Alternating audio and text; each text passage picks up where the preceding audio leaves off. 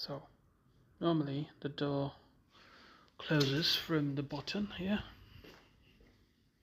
but I'm not going to close it from the button. I'm going to use the internet connection via this gateway. It's connected to there.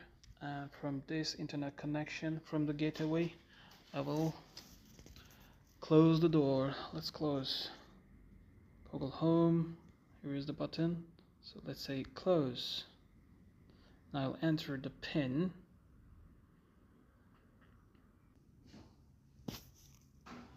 Yeah. So we're closing.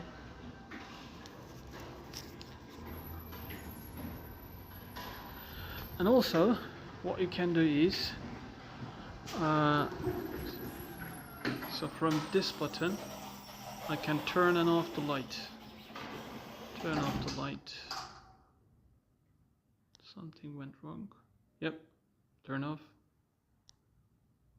Turn on. Light off. And also, well, let's open the door again. Password again. Yeah. It is working perfectly.